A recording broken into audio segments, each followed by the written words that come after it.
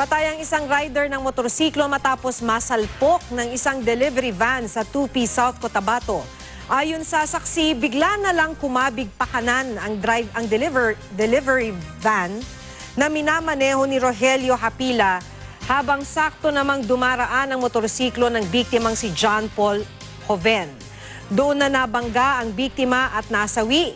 Paliwanag ng driver ng delivery van na walan siya ng preno kaya't minabuti niyang iwasan ang mga sinusundang sasakyan at ibabangga na lang sana sa puno.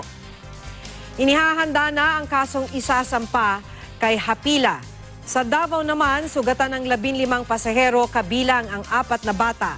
Bumangga kasi ang sinasakyan nilang pampasaherong van sa kasalubong nitong trailer truck. Base sa investigasyon at sa pahayag ng driver ng truck, nag-overtake at sinakop ng van ang lane ng truck kaya ito nabangga. Pinaghahanap na ang driver at konduktor ng van na agad tumakas matapos ang insidente.